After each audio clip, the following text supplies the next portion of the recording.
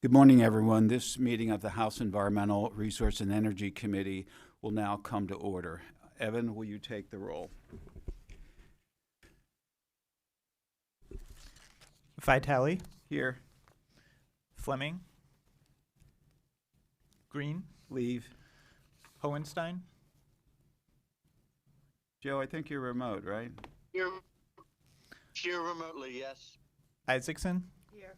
Kazim, Mays, Otten, I'm online. Pieli, Leave. Salisbury, I'm online. Siegel, Steele, Present online. Takak,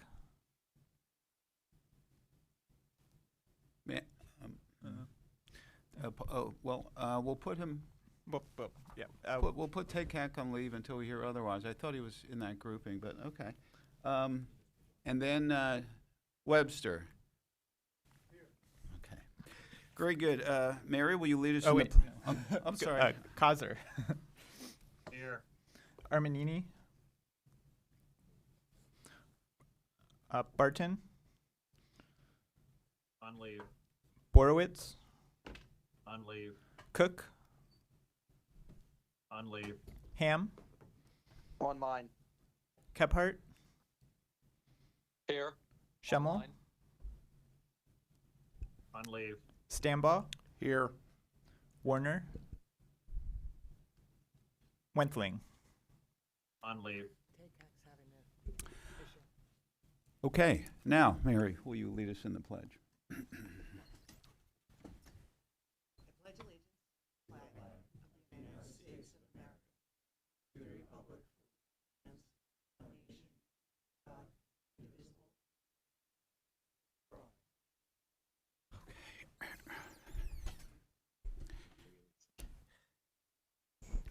Okay, today we have a public hearing entitled PJM Meeting Emerging Electricity Demands.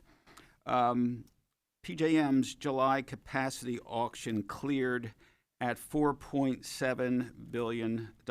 This is 7 times the dollar amount of the previous capacity auction.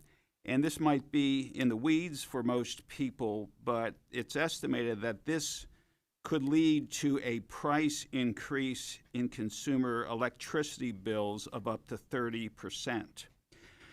Queues for projects, wind, solar, and otherwise, to be connected to the PJM grid is long.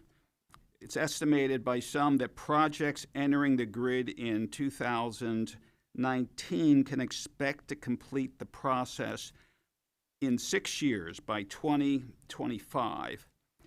Currently, there is a freeze on new projects entering this queue until 2025. That does not bode well for those who care about climate change and want to bring on wind, solar, and other carbon-free energy projects. The problem is just expected to get worse. Demands for electricity in the next 15 years, PJM projects a 25% increase in summer peak demand over the next 15 years. This is due primarily to the electrification of the transportation and heating sectors and the proliferation of data centers. Today, we're going to examine these issues and discuss what can be done to address these problems. We have a very good set of testifiers today. We have 7 testifiers. Asim Haque, Senior Vice President, Government and Member Services at PJM. Ram Gramlich, Founder and President, Grid Strategies. Dr. Joseph Bowring, President, Monitoring Analytics. Sam Robinson, Deputy Chief of Staff for Consumer and the Environment in Governor Shapiro's administration. Tom Rutigliano, Senior Advocate, Climate and Energy, Natural Resource Defense Council. Glenn Thomas, President, GT Power Group. And finally, Xander Bischoff, Head Regulatory and Governmental Affairs, MN8 Energy.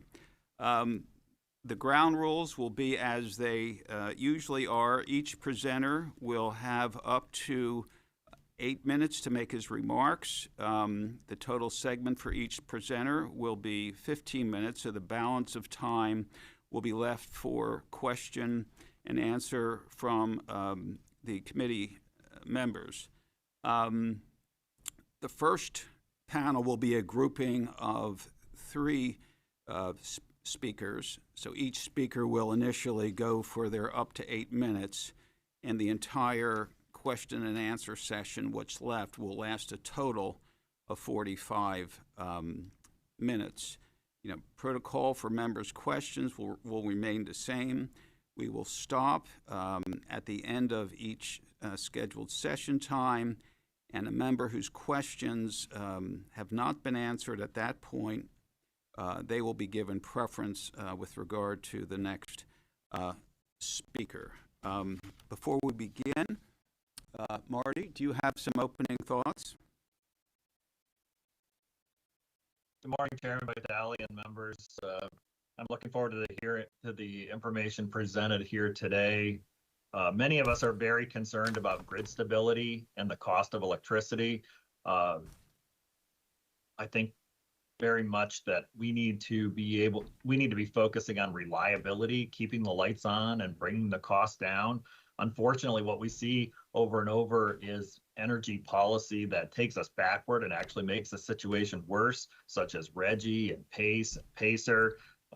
Pennsylvania is an energy powerhouse with abundant resources. We have the ability to power, this state certainly, and every state around us with these abundant resources. We need the energy policy to match that, and that's what we should be focused on. And I'm hoping that we'll hear some of that today. Okay, thank you. So the first panel, Asim Haque, Rob Gramlich, Dr. Bowring. I think we 2 are testifying virtual and 1 in person. You can, whoever wants to go first, please feel free, and we'll proceed when you're ready. Well, I did not consult my fellow panelist, Chairman Vitale, but is it okay if I go first? That would be great. Okay.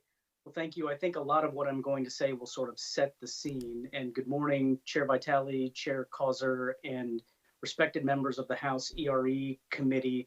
It's a pleasure to appear before you today. I have appeared before this committee on a few different occasions.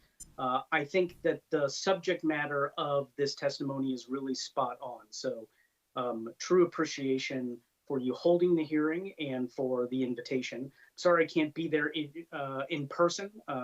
I ruptured my right Achilles tendon playing basketball last year. I ruptured my left Achilles tendon playing basketball last week. So I just had surgery. I'm relatively immobile. Otherwise, I would have been there with all of you. So my apologies for being there virtually. I have a slide presentation. I'm not sure if we're able to pull that up. And if not, if you have it in front of you, I can just sort of guide you through the presentation itself. Andrew, thank you. Andrew, is this something we can handle? Yep. Beautiful, thank you. If we go up to the very top, thank you so much. If we go to the next substantive slide, Andrew, thank you.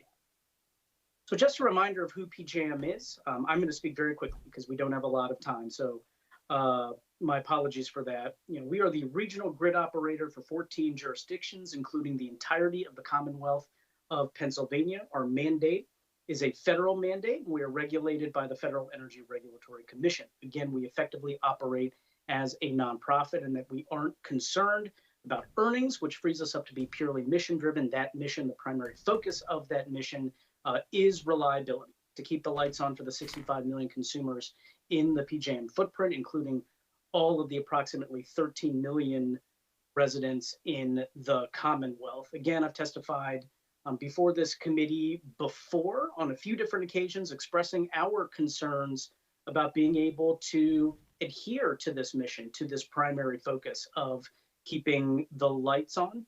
Not a lot has changed sans a few things. I think the first thing to note is we will have greater clarity, and we continue to gain greater clarity on the increase in demand. We have certainly seen an uptick in demand in our region, and our next major demand forecast, which will be conducted in January, is going to reflect that increase. And the second thing that Chairman Vitale, you noted, is that there has now been a price overlaid on top of our reliability concerns, on top of our supply demand crunch that we have been expressing concern about over these last few years. It's less theoretical now. It's actually being reflected in capacity pricing, which is one of the auctions that finds its way into pricing on the generation component of a consumer's bill, sort of a component of a component of a consumer's bill. We, of course, are deeply empathetic for consumers that will have to pay more because of the supply demand crunch. And you'll hear some folks today, I'm anticipating, that will say, you know, if we just pull this lever or push that button, this problem will go away. Unfortunately, I don't think this problem is going to go away. We've had the pleasure, again, of interacting with many of you. You're all very smart people. If demand is increasing and supply is decreasing, what will the net result be? It will be less reliability at a higher price. And that's the reality of where we are today. Next slide, please.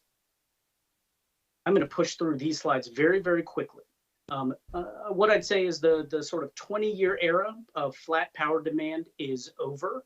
PJM again releases its annual load forecast or demand forecast every January. Those numbers are, we estimate, demand growth of 1.7% per year for summer peaks, 2% for winter peaks, and 2.5% annually for net energy over a 10-year planning horizon starting in 2024. In PJM, roughly, we could see 40% demand growth over the next 15 years.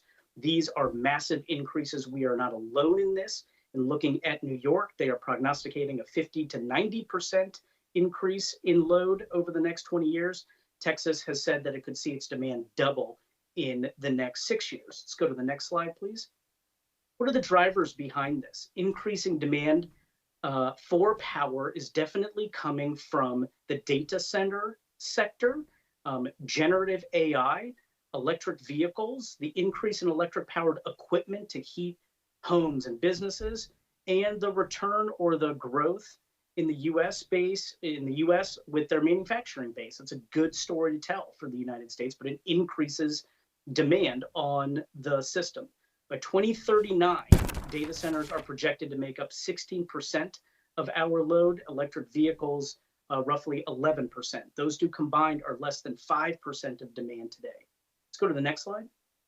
It is not just PJM that is saying that demand is increasing. I just think you would, if you just Google electricity demand in the United States, you will pull up a number of, I would characterize as very reputable entities that are expressing their concerns or expressing their numbers related to an increase in demand across the United States. PJM is not situated differently. Let's go to the next slide.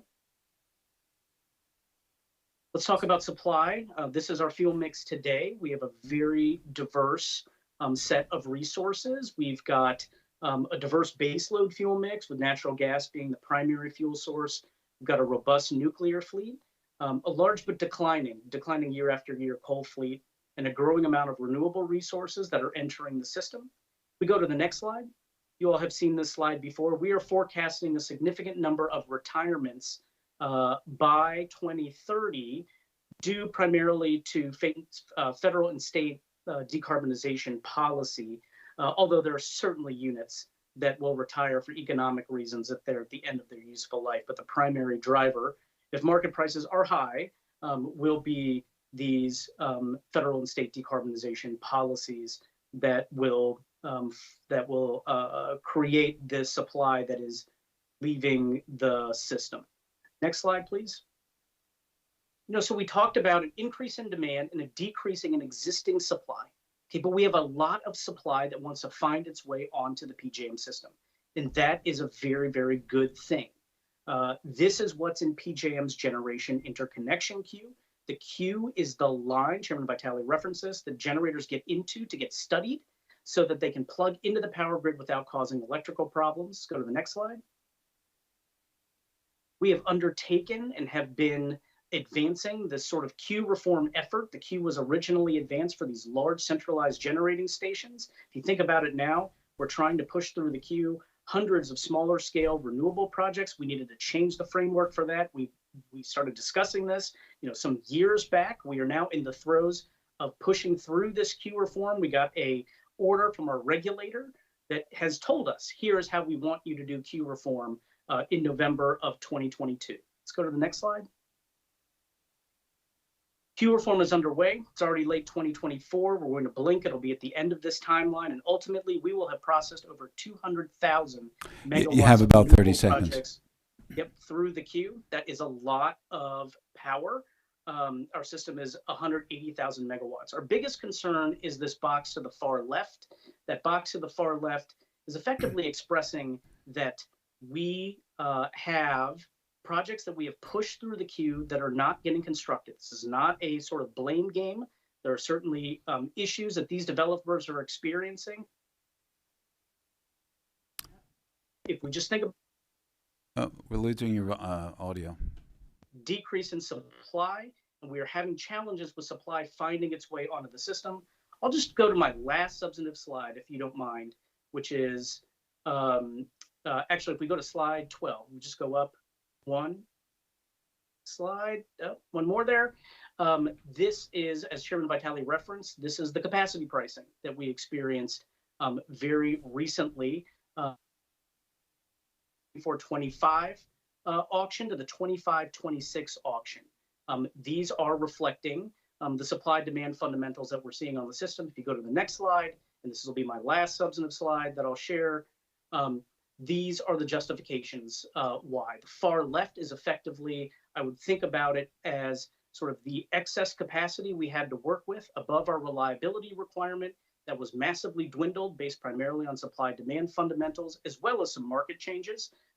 So that when you get to the far right, all you see is an excess of what we had to work with, 514 megawatts versus 16,040 megawatts in the previous auction. Again, supply-demand fundamentals, the supply-demand crunch is very real and will continue onwards as we expect to see this increase in demand.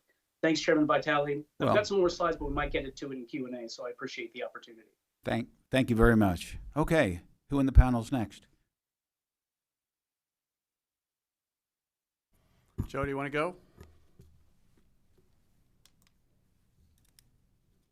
All right, I'll go. Good morning, Chair Vitale, Chair Causer, members of the committee. My name is Rob Gramlich. I started and run a consulting firm called Grid Strategies in the Washington, D.C. area. I'm probably less involved on a day-to-day basis in PJM than probably any of the other witnesses, but I did once live in Pennsylvania and work for PJM. And then I went to FERC, which helped create or asked PJM to create this regional transmission organization, and as economic advisor to the chair, was very involved in the original design with some back and forth with PJM to get it right. So I have a deep personal concern in making these regional markets work well. So with that background, the rest of my bio and clients are in the written testimony. So I'll point out a few things and hopefully offer some suggestions for what the state can consider, some of which may involve legislation. First of all, I want to generally support what Asim said, which is that there are real supply and demand fundamentals going on. Lower supply, higher demand tends to lead to higher prices.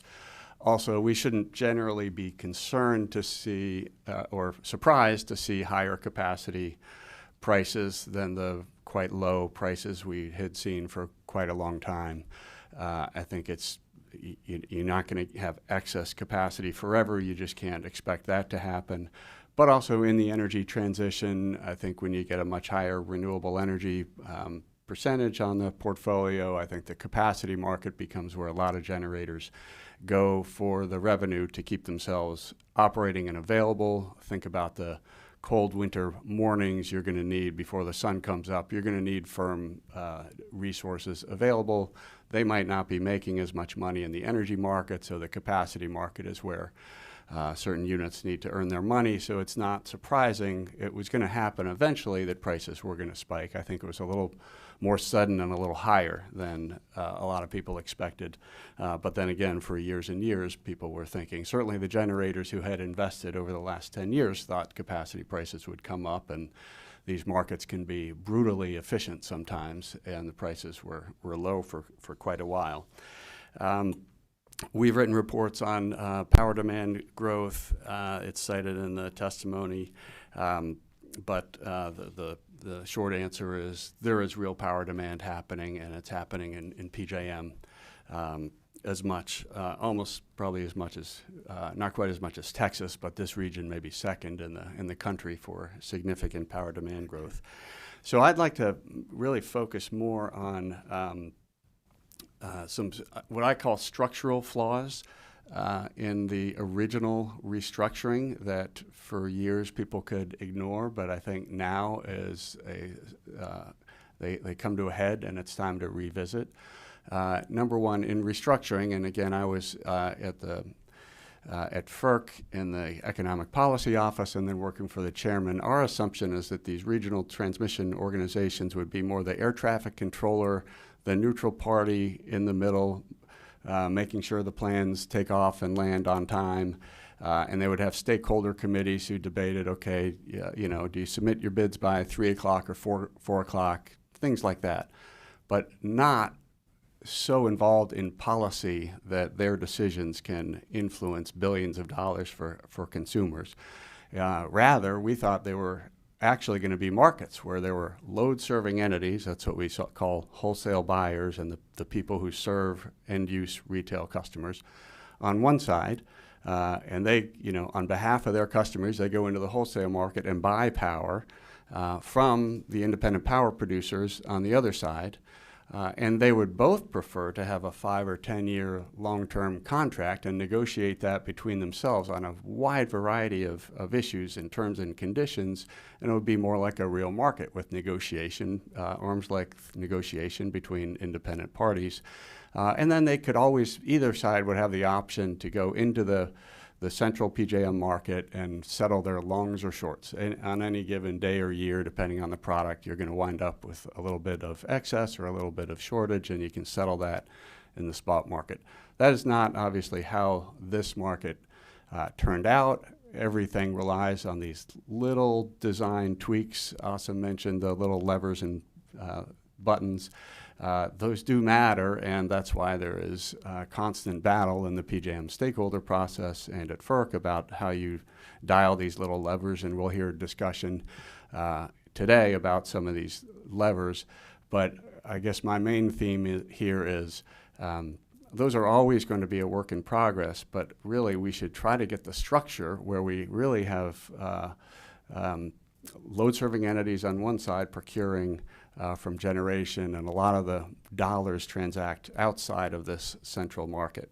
To do that, what states can and should do, in my opinion, is look at the rules around load service, retail load service, and first of all make sure that if you're serving load in Pennsylvania or Maryland or other states, you are financially well enough equipped to do that procurement on behalf of load. That means higher credit worthiness standards and some other regulatory changes.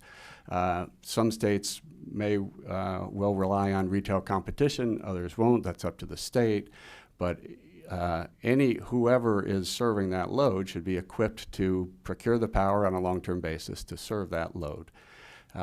That's really the main objective. They actually do that in Australia, Texas, other places. California has state oversight of that to make sure power is conserved. There are other models you can look at. I cite some in the testimony, but that's one flaw that I think could be corrected. Another couple of flaws I mentioned. I do think the RTO governance originally wound up with too much power for incumbents. If you think about the incentive of existing incumbent suppliers, they don't want all these imports from the Midwest that could bring in cheap power. They don't necessarily want speedier interconnection from new entry that could bring down the prices. All these sorts of delays and restrictions end up raising the price here in the inside of PJM.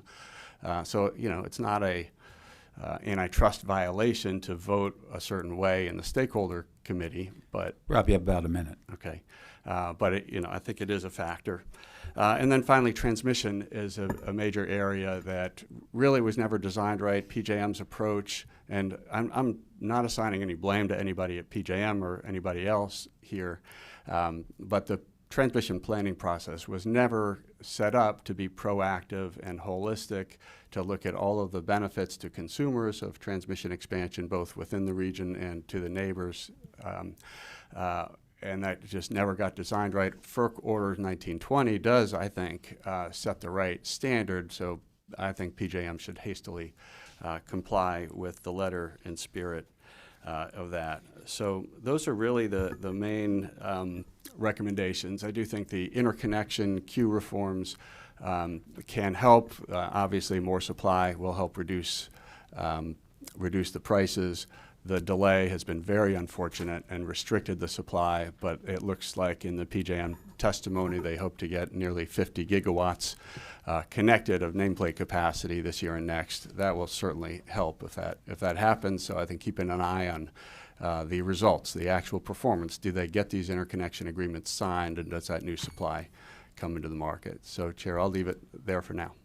Thank you very much. Appreciate that. I'll also just note the presence of Rep. Ronnie Green and Justin Fleming, I think, is around here somewhere. Yeah. Okay, very good. So finally, we have Dr. Joseph Bowering of Monitoring Analytics. So please proceed when ready.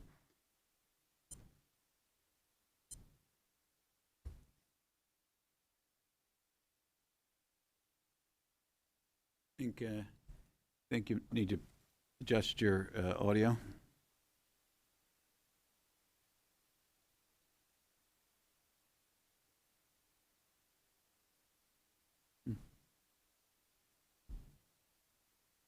Still can't hear you.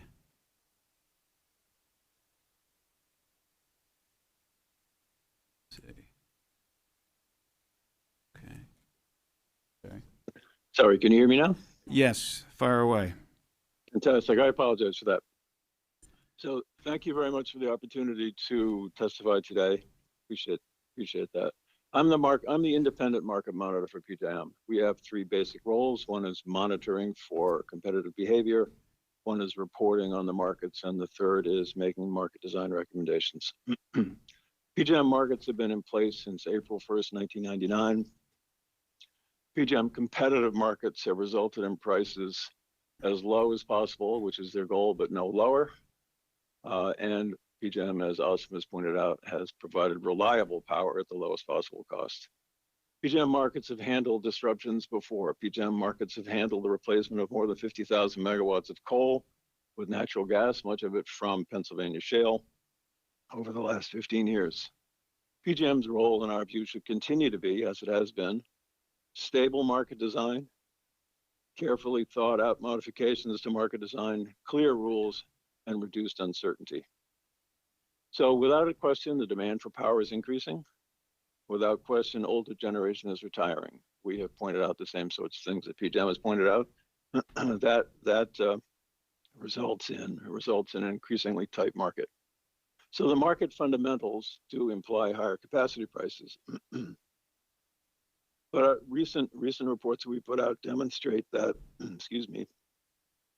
that the results of the most recent PJM capacity auction, the 25-26 auction, reflect more than those fundamentals. Our calculations indicate that capacity prices were approximately twice as high as implied by the fundamentals. So total capacity revenues are about $14.7 billion, up from about $2.5 billion. In our view, if the fundamentals were reflected, it would be about half of that, or about $7 billion. And that was a result of really four basic issues in the capacity market. Whether these are levers or buttons, I don't know. I don't think they are. I think they're fundamentals about the market design. So one is that the introduction of what PJM calls ELCC resulted in a direct decrease in the amount of measured capacity. So that by itself, that definitional change reduced available capacity by 30,000 megawatts. So that was significant in of itself. The second is the contribution of so-called RMR resources, which are resources that are needed for reliability, no longer competitive or want to retire. That output was ignored. The third issue is that the contribution of thermal resources, so think gas-fired combined cycles and CTs, was rated at the summer rating, although PJM is now recognizing in its ELCC model that winter, in its view, is much more important than the summer. If winter ratings had been used, as they should have been, to correctly reflect the maximum output of gas-fired resources, thermal resources in the winter, that would have also changed the outcome. And last but not least, a significant number of resources, intermittent and storage resources, did not offer in the capacity market because they alone do not have a must-offer obligation. The only way that the PJM market works is when there's both a must-buy, all load is required to purchase, and the only way it works is if all generation is required to supply, and that has historically been the case. But for various reasons, intermittent and storage resources have been exempt from that, and that in addition contributed to the artificial tightness of supply. So PJM has postponed the next capacity auction, and I think that's a good thing. We're hopeful that PJM and stakeholders will resolve these issues. We're hopeful that they will, but if not, prices would go significantly higher than they did even this past auction. We, as the market monitor, continue to support PJM competitive markets. The reintroduction of inefficient cost of service generation owned by regulated utilities would be a mistake in our view. Competitive market-based price signals that reflect actual supply conditions are essential. That does mean higher prices, does not mean the prices that were actually reflected. So an efficient, effective interconnection process for getting new generation on the grid is also essential. And that includes both intermittents, as has been talked about, but also thermal. There are thermal resources in the mix. More thermal resources are needed in order to, as someone already said, to keep the lights on when intermittent energy, low-cost intermittent energy is not available. And when you see the giant numbers in the queue, remember that only about 10% of that will actually become capacity resources, both because there's a fairly low completion rate historically across that queue, as well as the fact that ELCC derates the value of much of that capacity, intermittence in particular. So hopefully I'm under my 8 minutes. I appreciate the opportunity to talk today and to talk to you today, and happy to take questions. Thank you. Thank you. Okay, maybe I'll start out. Thank everybody for coming today. And I understand that the main concern and the focus of this hearing is the high prices at the capacity auction, what that might mean to consumers, the supply of power. But my concern is the queues. When I hear these statistics that there's a 6-year wait to be connected, that there are many solar and other renewable energy projects that are frustrated, can't get on.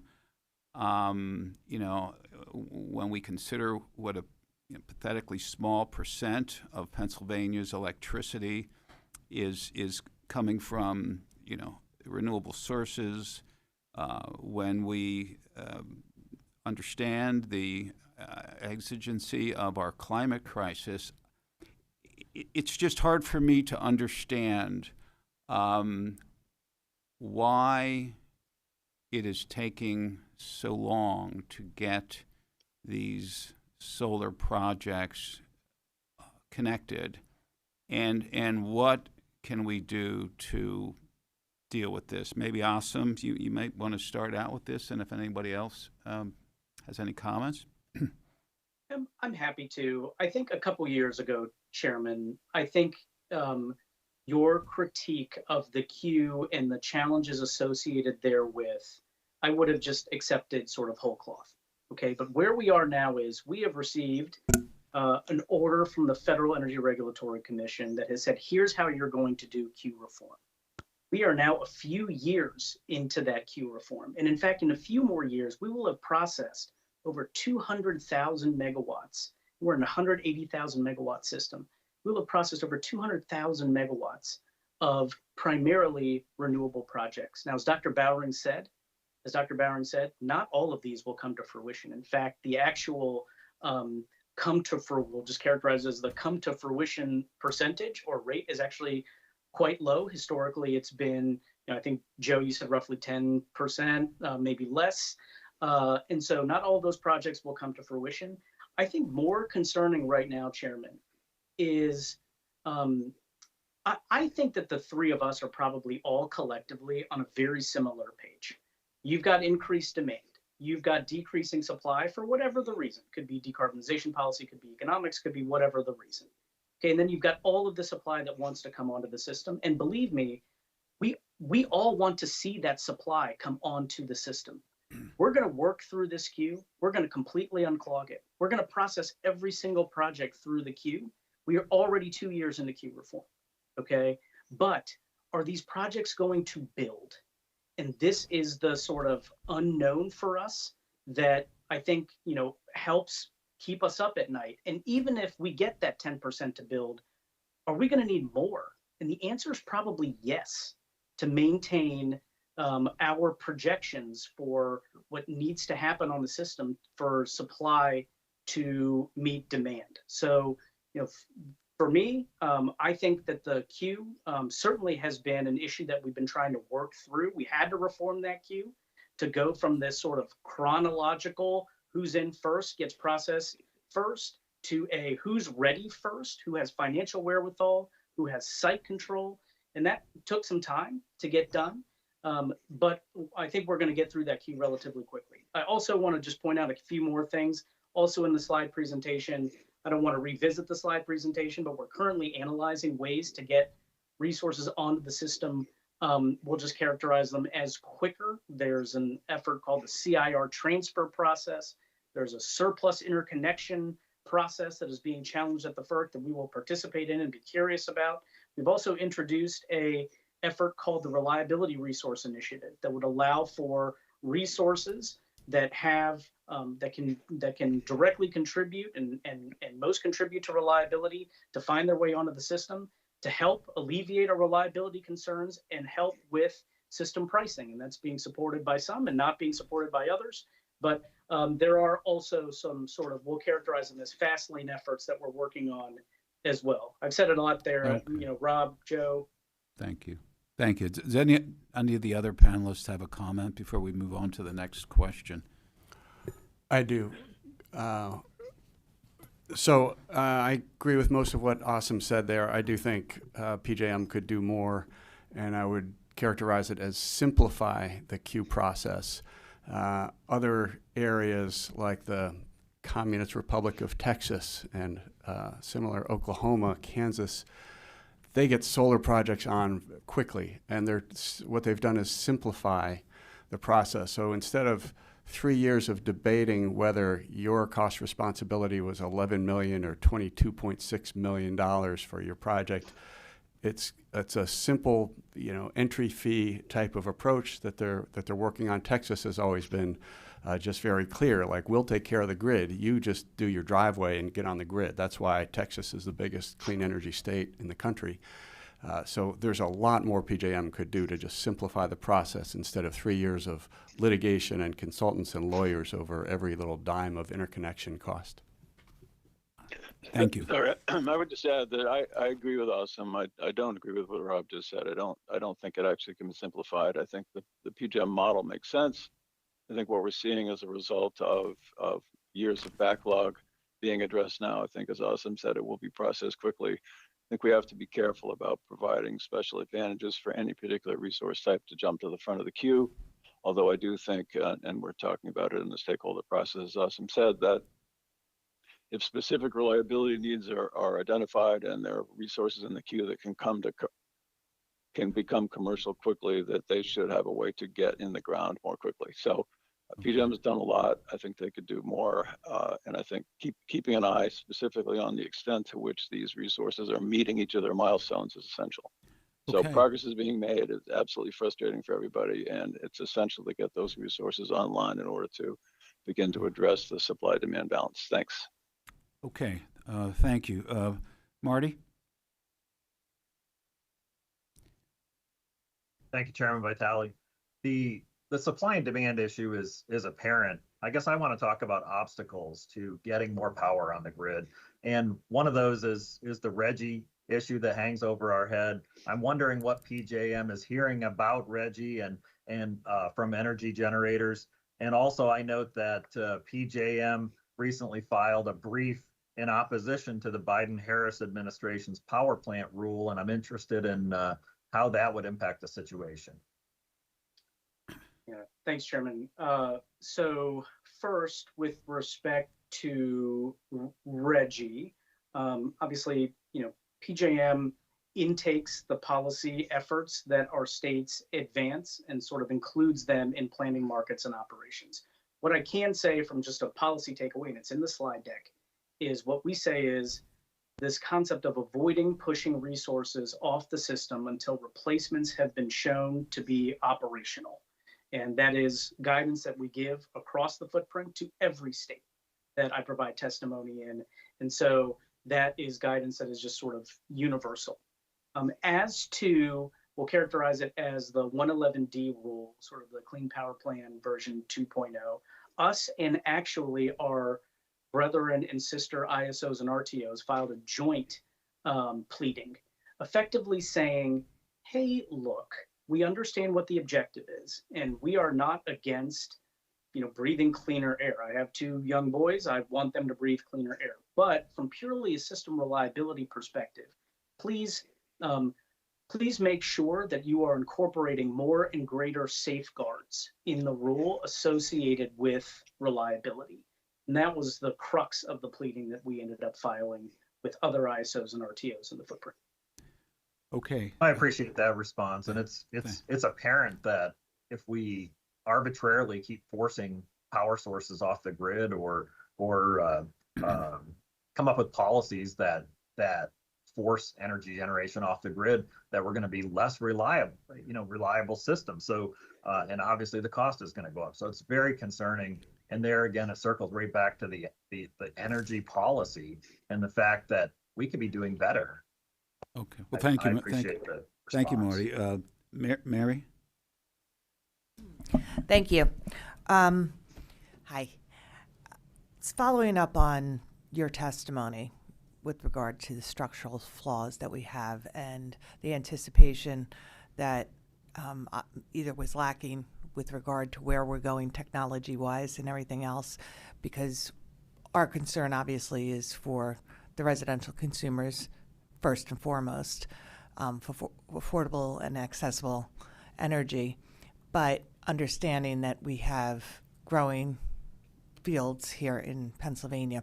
You had spoken about possible legislation that might be required. If you could expand upon that.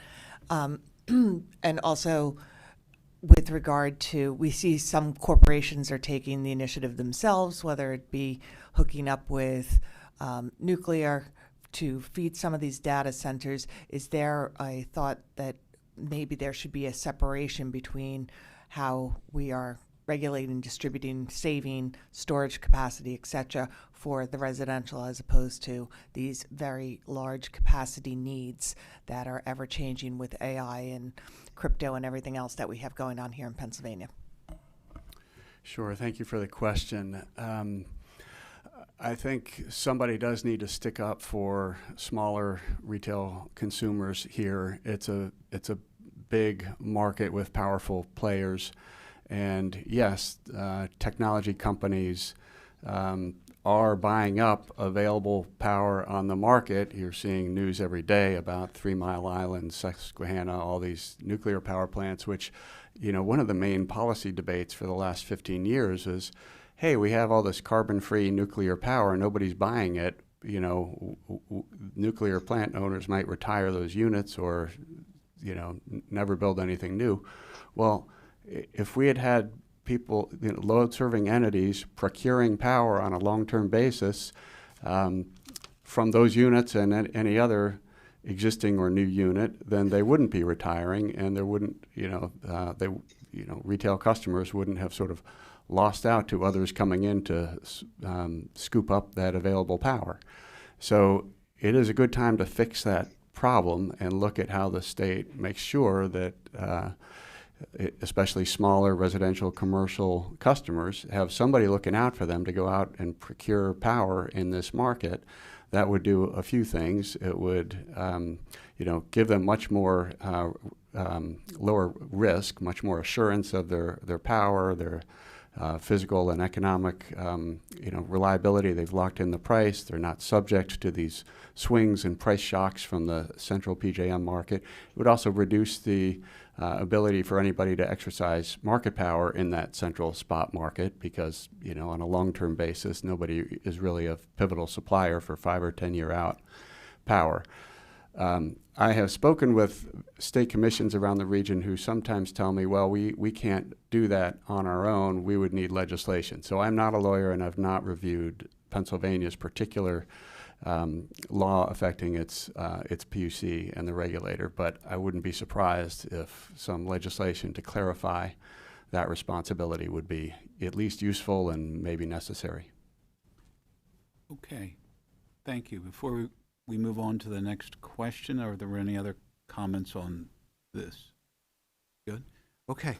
Rep. Stambaugh. Thank you, Mr. Chairman. I wanted to touch on the decision by PJM to delay the capacity auction. It's scheduled for December by 6 months, which is going to push out all the other capacity auctions scheduled for next year, which will affect the delivery years back till 2029. I was just wondering if I've been reading some reports that this delay could basically make it push the timeline out for bringing new power plants online to meet the demand forecast. And that's the first part of the question. The second part of the question is that if that delay not only will push that timeline out, which it seems like it would, if it also is going to incentivize some of these behind-the-meter deals that Representative Isaacson touched on, like the one that TMI and Microsoft just went into. Do you want to go first, Austin? Yeah, go ahead. I'm happy to. Look, I think these auctions are already quite compressed, and they're already quite compressed because of a series of other reforms that have been made to the market, two major actually swaths of reforms that have been made to the market, compressing the schedule. I think what we are trying to do with this, it's a modest delay, it's a 6 month delay. I think what we are trying to do with this delay is to, in earnest, intake feedback that we have received from various entities, including the Market Monitor, and see if there are any changes that should be made heading into this next auction. Now, obviously, we can't make, major overhaul in just this short period of time. And so what I would be thinking about are changes that could be made that have sort of already have analytical rigor behind it, and changes that could be made that sort of have we'll just characterize it as an obvious justification behind it. And so I think this is an effort by us to listen to a combination of the load interests that have expressed concern about this. We don't necessarily agree with everything that Dr. Bowering has put out. In fact, we've published our own rebuttal to say, no, Dr. Bowering, we don't agree with a lot of what you put out, but he's a respected voice at PJM and in the PJM sphere. We want to evaluate his concerns. Had some environmental organizations that have expressed concern. We've had generation owners. In fact, you'll hear from Glenn Thomas today, who's the head of P3, who has expressed his own set of concerns heading into the next auction. So we want to take a little bit of time. It's not a lot of time heading into this next auction to make sure that we have evaluated all of that feedback and conceivably could make a filing with the FERC to make some adjustments. Now, the FERC ultimately is our regulator, and they will make the decision about what the auction parameters should look like for the next auction. As far as encouraging the next, first, it does not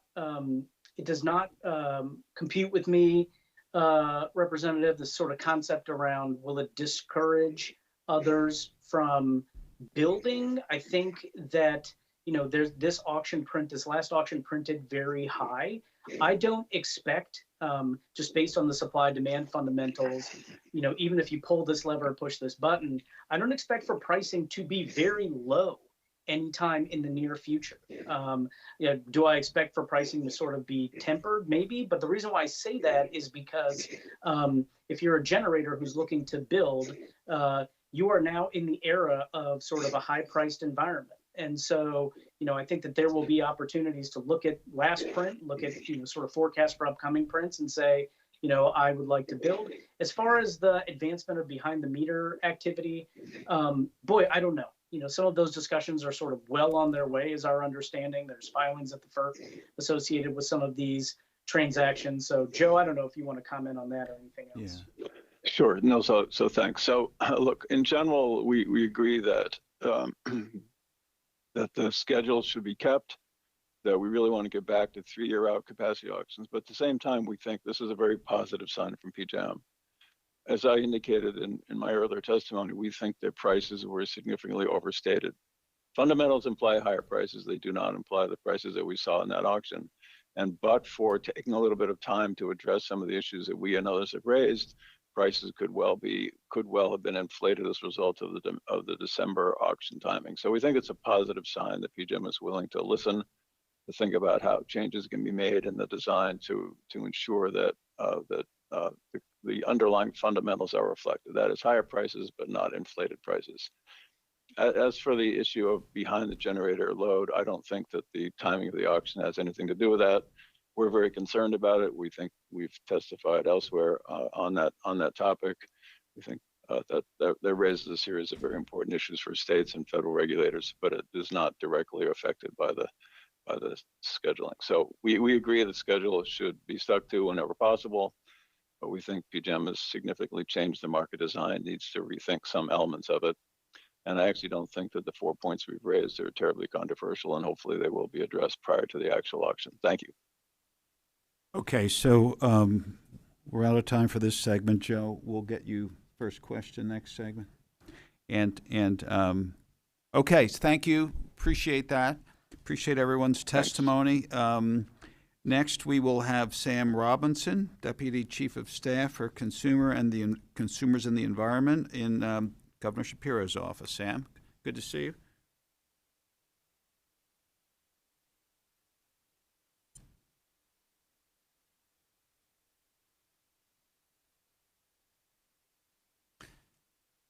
Are when ready.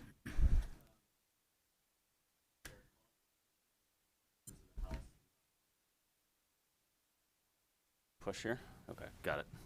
I'll restart. Chair Vitale, Chair Causer, and members of the House Environmental Resources and Energy Committee. Thank you for your engagement with this important issue.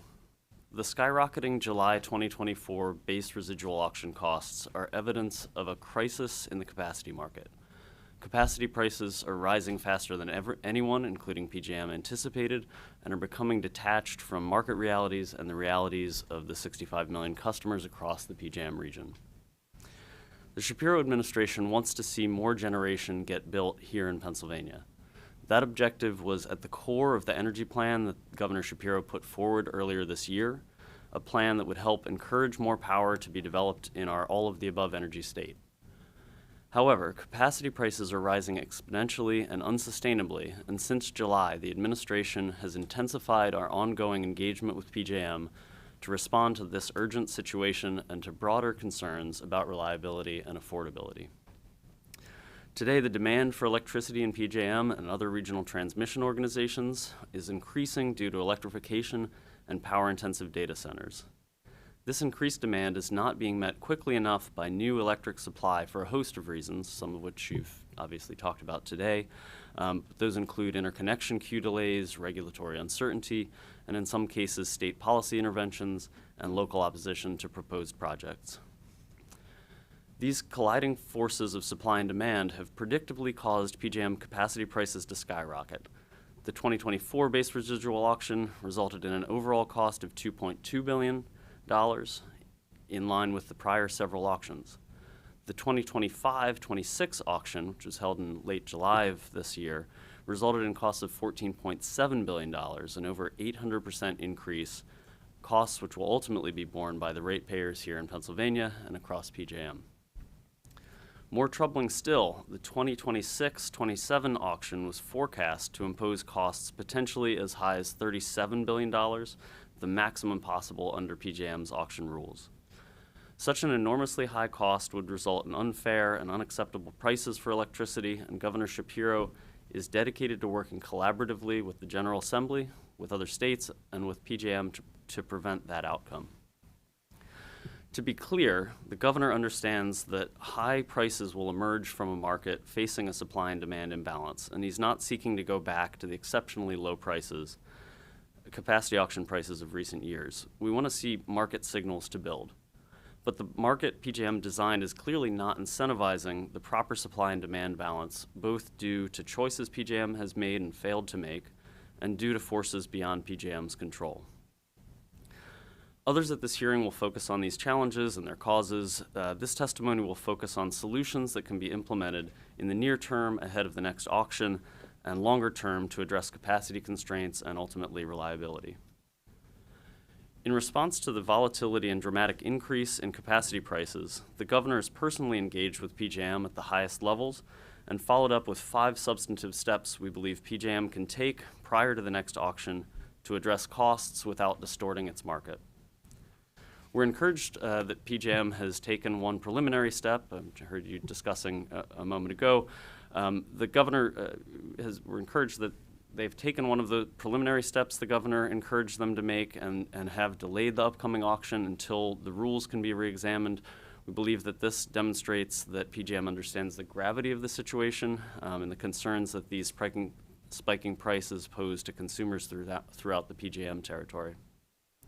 In the near term, the administration is focused on ensuring costs in PJM's upcoming 26-27 base residual auction do not continue to spike. We stand ready to assist PJM in implementing the following steps. First, we believe that must-offer requirements should be extended to all resources. Second, the capacity auction should be adjusted to facilitate entry of renewable resources, the fastest growing segment of PJM's generation fleet, representing almost 98% of the PJM queue. Third, PJM's current capacity market is only able to account for the weather in a single season of the year. We believe that PJM's rules should be adjusted to reflect seasonal variation, something that PJM has proposed and supports. We'd like to see that move forward. Fourth, reliability must run, or RMR resources such as Brandon Shores and Wagner in Maryland, which plan to retire but have agreed to remain online for a given period of time, believe should be included in the supply forecast for the auction. And finally, the administration strongly supports efforts to improve the physical connections between our electrical grid and surrounding regions, which would help facilitate the flow of more electrons between states. Those 5 proposals are outlined further in my written testimony. That's just sort of a snapshot, but there's more detail available, and we'll post when the committee receives them and is ready to post them. While these proposals will go a long way to address volatility and cost concerns in near-term auctions, in the longer term, the administration recognizes that regardless of the market design flaws that have resulted in this current crisis, new generating assets will be needed over time to address increasing demand. First and foremost, improvements to the PJM interconnection process are urgently needed, and we welcome the steps PJM announced last week to begin fast-track review of shovel-ready projects. Second, Pennsylvania also needs to do its part to encourage and enable new power generation to get built here. The administration is working on a package of bills to make that happen, and is eager to engage with the General Assembly and stakeholders, including PJM, to respond to our growing power needs. These proposals that we look forward to working with the General Assembly on include engaging with the PJM fast-track process to incent new dispatchable capacity resources, including renewables with battery storage. Second, continuing to streamline the permitting process here in Pennsylvania. Third, reforming siting requirements and investing in energy production sites. And fourth, setting new energy efficiency targets. Pennsylvania has a key role to play in addressing the capacity crisis that has arisen. As an immediate next step, the administration intends to intervene later this week in the ongoing legal dispute at FERC regarding the rules for the upcoming auction. Governor will always fight for affordable, reliable power for all Pennsylvanians, and I appreciate the opportunity to testify here today and welcome any questions. Thanks, Van. Any questions? Joe? Oh, okay, far away, Joe. Thank you, Mr. Chairman. And Ms. Robinson, thanks for your testimony this morning. I had a similar question for the gentleman in the other panel, because Dr. Bowering mentioned that of the projects that have been disclosed, only 10% of them are getting through. So I was thinking, in that environment, what are we doing? Does the reform of the interconnect queue change that number? Does because delays impact whether or not funding is available? But then, as you were talking about the administration's interest in more successful generation and projects, if you have additional ideas for what your legislature should be doing to support the administration and then in this market play a positive role in terms of making those projects effective and successful. Sure. Thanks for the question. I think the answer is certainly the interconnection queue challenges, I'm sure, have been discussed at this panel, and are one piece of the sort of bigger picture of why projects aren't moving from start to finish, getting connected to the grid and helping to address reliability and keep costs low. But it's only one part, right? So we recognize and we appreciate the work that PJM is doing to reform the queue. I think that needs to continue, and some of the proposals for this fast track process seem potentially a solution that will help with those issues. I think more broadly, we recognize, and I sort of outlined in those four proposals at the end, some of the pieces that the administration thinks that we also need to look at to help address other challenges that we see in preventing facilities from getting built quickly. That may be partially the permitting process, which I sort of alluded to. We did pass a piece of permitting legislation last year, around the sort of budget cycle that we think has some promise. We think there are probably some additional solutions, and we'd welcome talking with the General Assembly about that. As we, I also mentioned the governor's legislative proposal, the energy proposal that we put forward earlier this year. I think there are some solutions there that help incent new generation, and I think we have to probably look at that conversation a bit even more broadly than we proposed in that package, and we'll come back with some more tangible steps next, as we look into next session. Yeah, appreciate the answer, and thank you. Okay, Chairman. Yeah. Marty?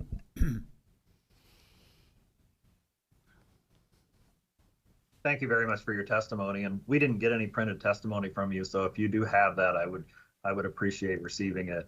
The governor has repeatedly said that he's tired of losing to Ohio, and I think many of us are also. But we're hearing loud and clear from energy generators that they're going to other states because their regulatory burdens aren't so great, and for a number of factors, energy policy, for example, RGGI, the proposals for PRESS and PACER. What steps?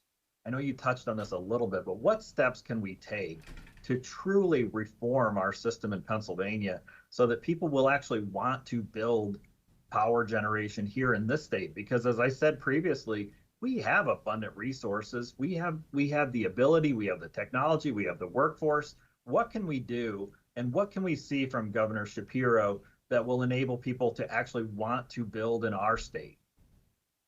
Thanks for the question, Chairman.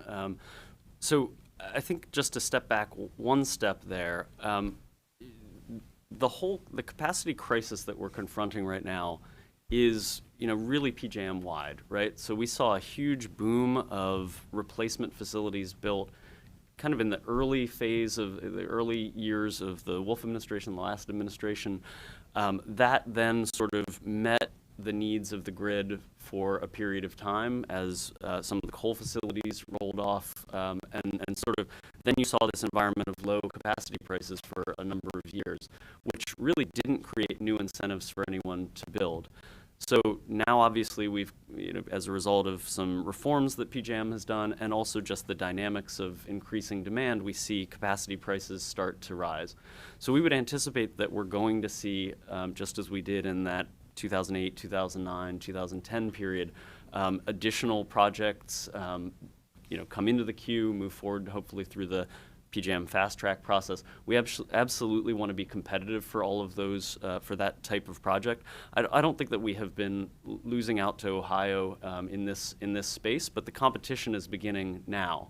And so we absolutely want to be competitive. Some of the steps that I talked about in my testimony, and that we, as I said, look forward to working with the General Assembly to move forward, permitting, making sure that our incentive structures are appropriate, making sure that there are sites where entities can build, that there are pad-ready sites, that we're addressing sort of local concerns, and making sure that things can sort of move forward through that process. But I think the governor is a great cheerleader for Pennsylvania, always instructs staff, and I'm actually contractually required to mention that we want to get stuff done here.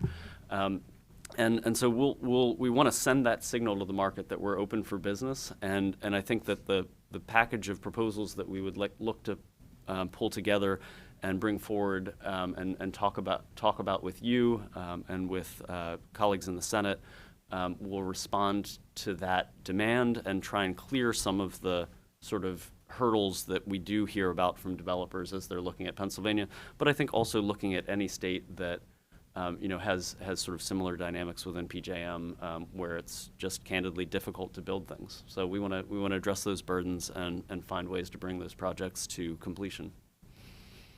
Okay, we just have about 2 minutes left. Rep Fleming, real quick question. Panel, real quick answer. Yes, I hope it will be. And I apologize for the rudimentary nature of this question, but for years we've heard about the need to improve our grid. How does that take place? Like, who is responsible for making those improvements? Were there resources in the bipartisan infrastructure plan to make those upgrades? PJM seems kind of like, the arbiter of pushing out energy and things like that. But how do we actually improve that infrastructure, and whose responsibility is that? So, very large question. I think when people talk about the grid, there are sort of two grids that are really worth considering. You've got the utility grid that's serving Harrisburg, that's serving the Lincolnstown area, your district, that bring, those are the wires that connect to your house and the infrastructure that is serving customers. Beyond that, obviously, there's what PJM manages, which is the sort of wholesale power market, getting the power from the generators to the actual utilities to be distributed to customers. I think there are investments that are happening in both of those places, significant amounts of investment from the Biden-Harris administration and the IIJA. Those are being announced almost every week, it feels like. At this point, PECO is... PECO, for example, has gotten a very significant investment just recently to make upgrades in Philadelphia. Those are going to continue to roll out, sort of as applications get reviewed and approved. So there's a lot happening in that space. I think when we talk about it writ large, sometimes we're also talking about sort of making sure there's enough generation to serve the grid, which is a little different than the infrastructure that delivers the power, and more the focus today. But we're doing all of the above. Okay. Just a quick follow-up. Is it possible to make improvements such that we can increase capacity? So I think, we're pressed for time here. Absolutely, and that's really the core of what we're proposing in the 4 recommendations that we have. It is necessary to increase capacity. We recognize that's the focus here today. And then certainly there are things that we can do within the grid to make sure that the power is being distributed to the places it needs to get in order to ensure reliability. Thanks, Sam. Okay, thank you. Okay, next, Tom Ortigliano of the National Research Defense Council. Good afternoon. Thank you for having us. Previous speakers have teed the problem up pretty well, so I'll get this started fairly quickly. Right, for the first time, the PJM region is nearing insufficient supply.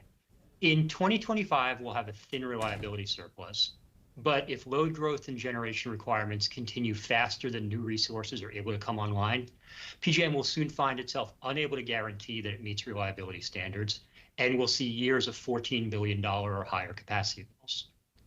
Now, this problem has been 10 or 15 years in the making. Right, since 2011, over 40 gigawatts of coal-fired power plants have retired in the region, largely due to competition from natural gas. PJM markets appear to work as they should, with lower-priced gas replacing more expensive coal. But two separate problems developed starting about in the late 2010s through the early 2020s. First one is that even though gas-fired plants are individually quite reliable, they have a problem where they tend to all fail at the same time.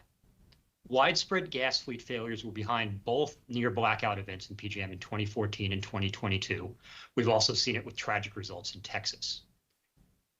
At the time, PJM did not account for the risk of simultaneous plant failures, and the result was a false sense of abundance. While PJM was planning around a summer peak that it was well prepared for, the risk of winter blackouts grew unnoticed.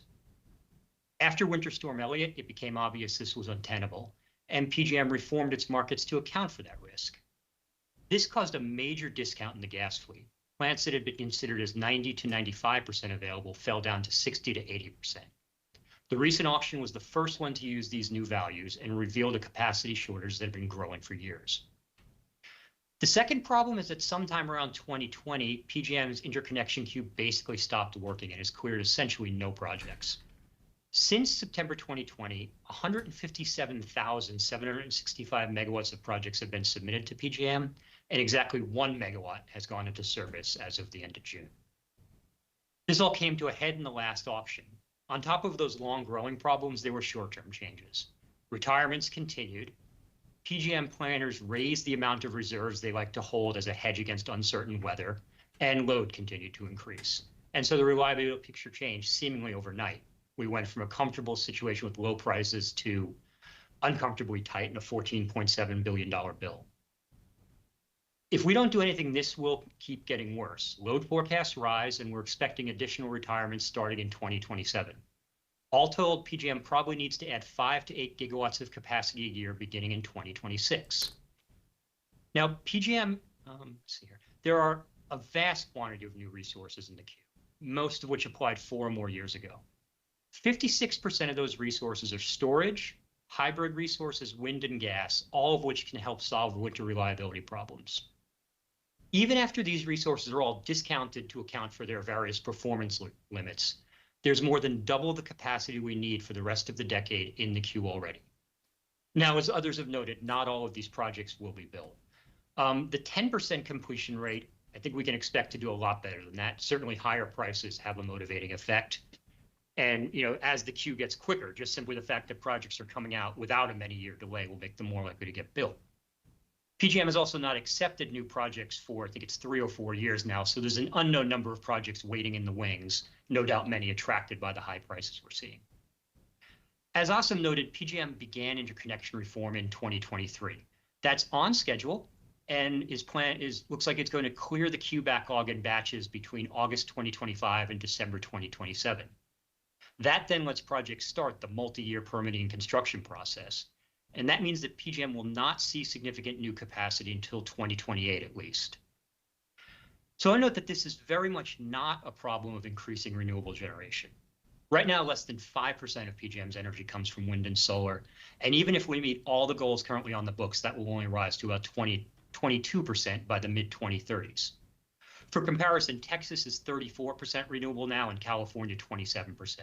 So even 10 years from now, PJM will have less renewables on its grid than is being operated reliably across the country right now. In fact, a recent study found that PJM believes they can go up to 93% carbon-free and run the system reliable.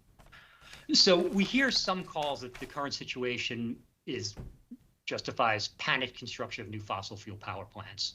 We don't see any evidence to support these claims. PJM's reliability issues are purely a matter of timing and ensuring that we can bring new resources into service quickly enough to meet needs. So, the solutions. We can't count on PJM's queue even with the reforms to get the resources we need soon enough to avoid reliability problems in the 2026 to 2028 time period. The first solution is to address reliability issues at existing gas plants. Right? The electricity shortage facing PJM is not a shortage in the sense that people usually mean it. There will be plenty of power to supply all customers, even on the peak load days and even with load growth. The shortage manifests itself as a risk of blackouts if we see system-wide gas failures during extreme winter conditions.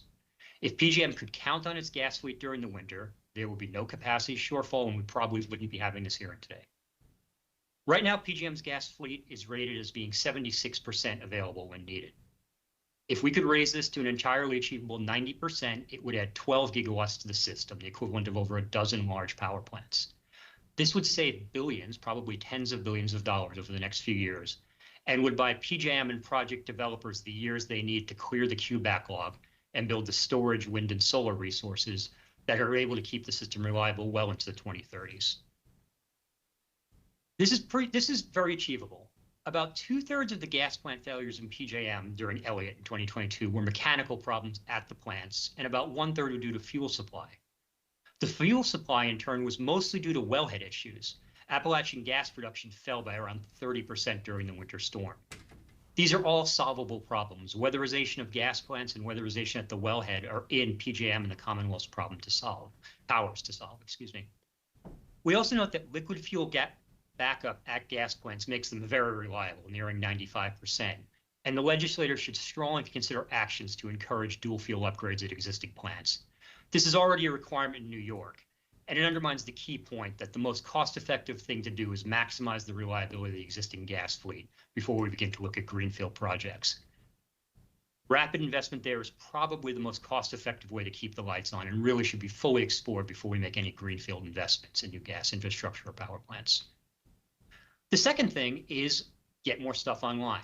Now, PJM's interconnection reforms are in full swing, and we respect PJM's view that changing things now would be counterproductive. But there are other ways to add critical capacity in that 2026 to 2028 timeframe. First, PJM needs to reform the way it studies storage. They have various technical assumptions in their interconnection studies that have been relaxed in other regions across the country to better reflect just how flexible a resource storage is. We believe they can bring more storage online faster and cheaper with moderate technical reforms. The process of reusing the interconnection of retiring generators needs a complete overhaul. Right now, there's often several-year gap between a power plant retiring and its interconnection getting reused. The region should accept nothing less than a seamless same-day cutover between a retiring power plant and its replacement, and there's no fundamental reason that can't happen. There's also a large amount of idle capacity on the transmission system right now that in things like, for instance, the interconnection of a solar plant at night when it's not producing power. Common sense reforms that make it easy to add storage to those plants to take advantage of the capacity we already have can add another few gigawatts.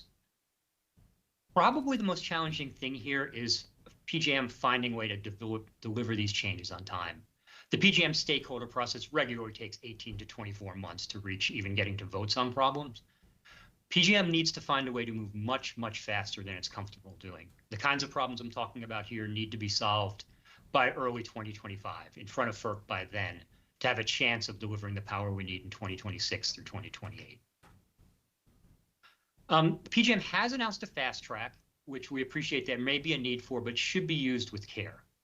We think it's important to have it in the toolbox, but if misused, can subvert open access or other states' energy policies. The goal for the fast track should be prioritizing projects that both address reliability needs and that we have a high confidence they will be built quickly after exiting the queue. We think that this has to be done in a technology-neutral manner, and PJM should certainly prioritize reforms that get the projects that have been patiently waiting for years built before we jump to that. So in conclusion, the electricity supply situation in PJM is precarious, and if not managed carefully and with decisive vigor in the next few months, is going to cost tens of billions of dollars and risk life-threatening winter power outage. There are common sense options to meet the region's reliability needs, but PJM and the Commonwealth need to act quickly. Time is not on our side. We urge the legislature not to lose sight of the fact that this is primarily an issue of timing and administration and not an issue of technology changes. Thank you again for the opportunity to testify, and happy to take any questions. Okay, well, I'll ask one. Could you just talk a little more about making gas plants more reliable in extreme cold weather? Who should be doing that? What should they be doing? Where's the responsibility lie for that, and why hasn't it happened already? Yeah, thank you. Responsibility for that is diffuse right now. Ultimately, it lies with the plant owners. PJM had very steep penalties for plants that failed to deliver. Those, unfortunately, from our point of view, were rolled back after Winter Storm Elliott. But we still believe the first best way is binding financial commitments that create the incentives for power plants to do that. PJM and NERC, one of the reliability boards, do set winterization standards for the plants, and we believe that those should be strictly enforced. We also believe that the most proven way to increase winter reliability at the gas plants is through dual fuel capability, which we believe is within the power of the state legislature to, if not require, at least strongly incent. And then finally, the gas wellheads are clearly under state jurisdiction, and it's in the state's power and authority to create and enforce weatherization standards there. Okay, thank you. Marty?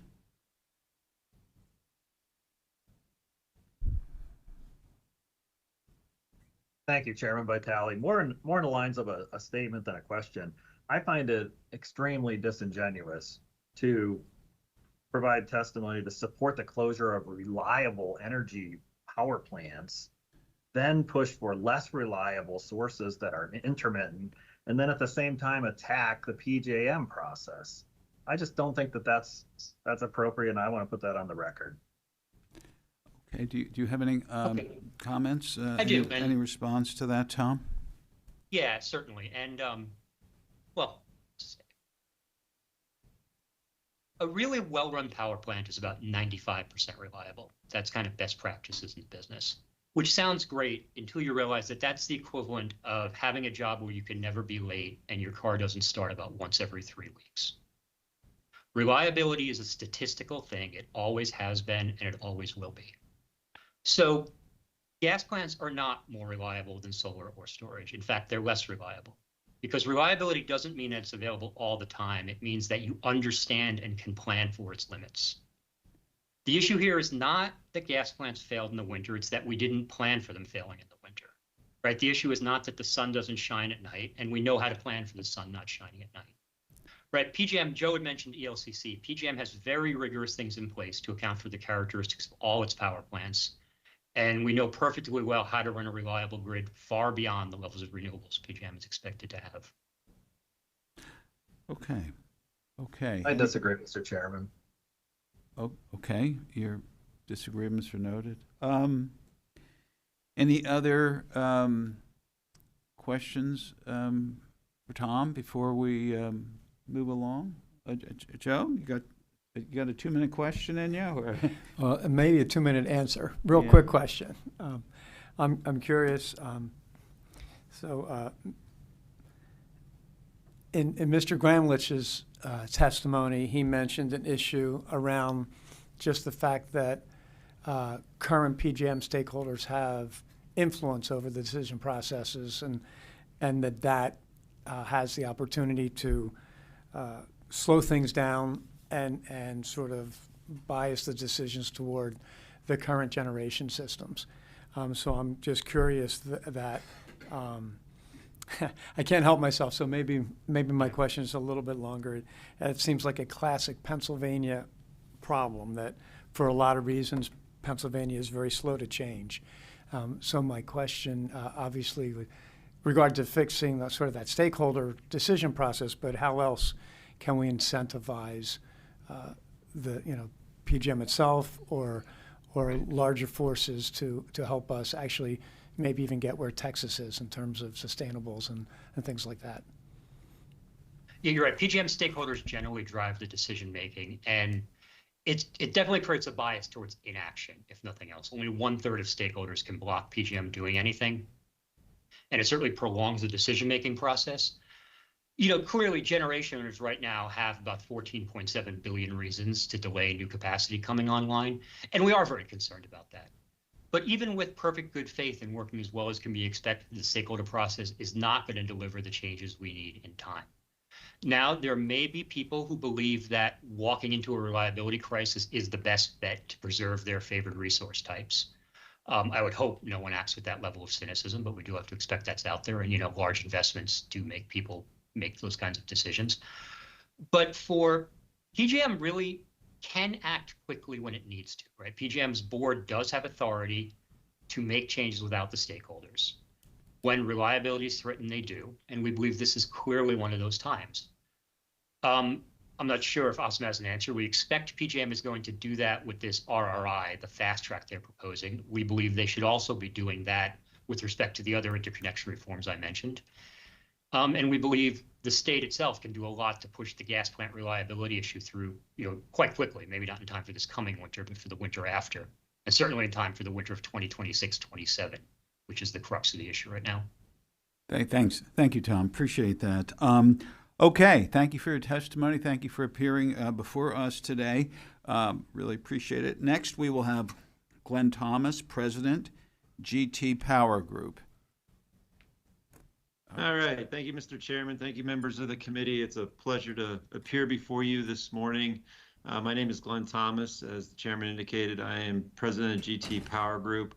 Prior to starting GT Power Group, I was a member of the Public Utility Commission, and prior to that, I was advisor to Governor Tom Ridge doing energy policy. So I've been in and around energy policy for, wow, close to 30 years now. So what I thought I'd do today, and appreciate the opportunity to spend some time with you, is just respond to a few comments that have been made. One of the advantages of going later in the agenda is that we can allow other folks to cover a lot of the basics.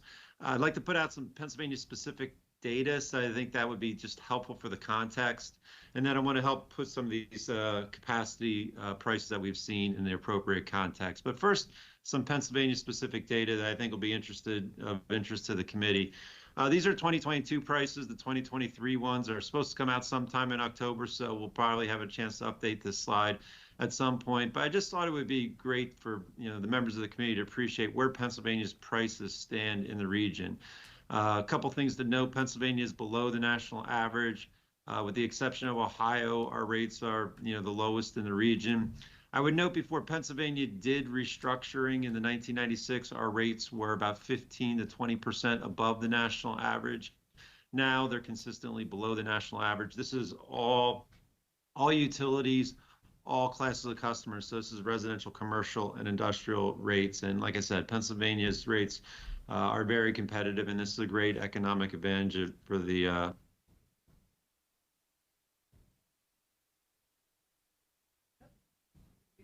Okay.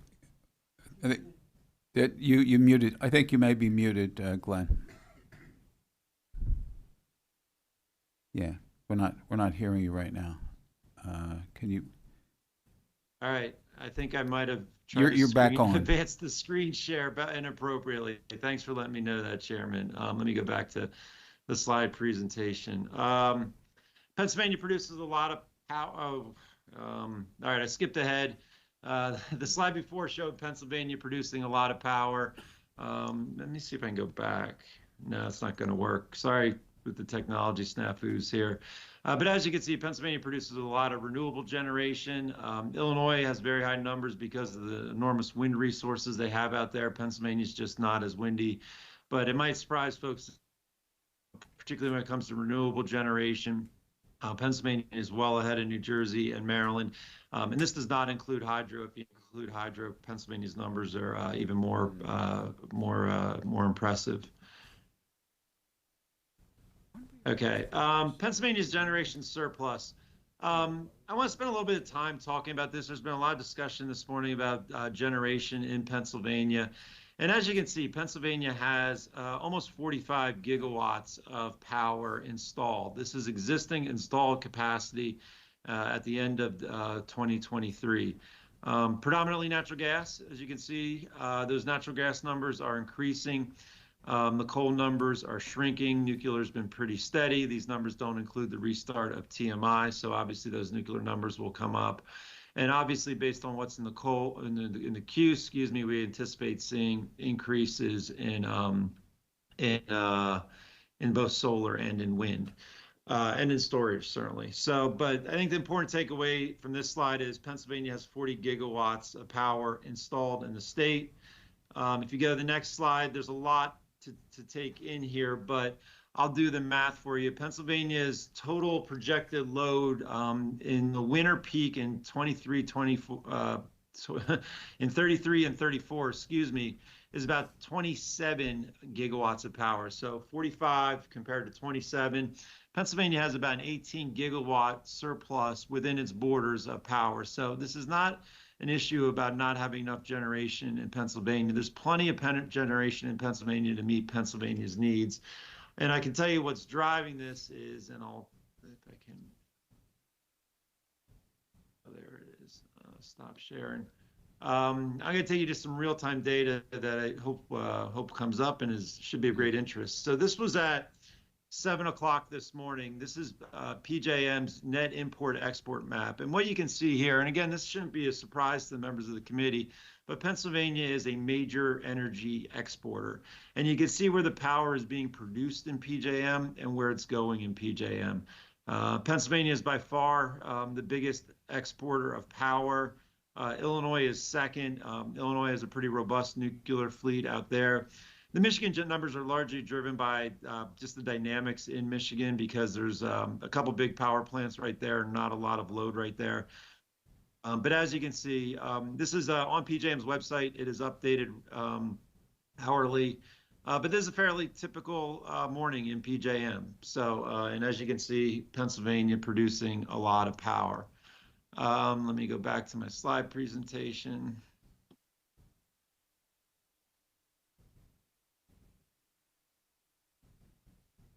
And it is going back to the beginning.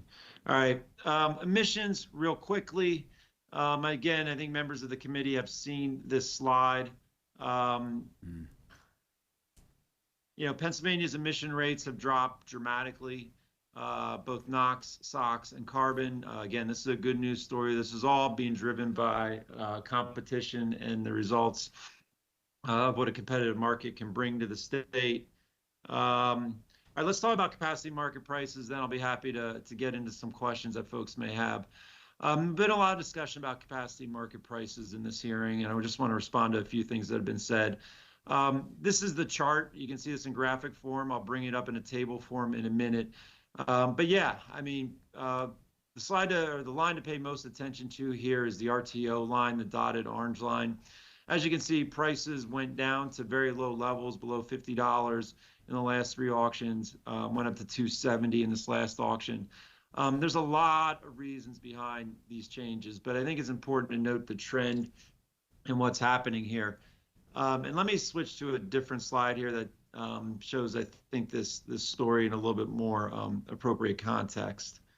All right, this is a table of capacity prices going back to 2007 when the capacity markets largely started as we know them in PJM. And if I could direct your attention to the fourth column, which is the annual percent of RTO netco, and that's a lot of PJM speak. But when PJM designed these capacity markets, you can go back to all the testimony that was submitted at the time by PJM and Dr. Bowering, who you heard from earlier. This capacity market design was largely put together with the intention that over time capacity prices would clear around the net cost of new entry. So what PJM does is they go out and analyze what a new unit likely to come on the system is, and then they assign a cost to that, and that is the cost of new entry, or CONE, C-O-N-E. I direct you to the fourth column because that's the percentage of where the clearing price was compared to net CONE. And as you can see, there's only a handful of years where prices were Glenn, you're at 100% at about 8 minutes right now. of net CONE. And let me just skip ahead and then I'll open it to questions. I know my clock's ticking here. I think it's particularly important for the committee to note what happened in the last 4 auctions. So 22, 23, we were at 19%. 23, 24, we were at 12%. 24, 25, we were at 10%. These are very low auction clears. These are signals to the market to not only not build, but it was a signal to a lot of units to retire.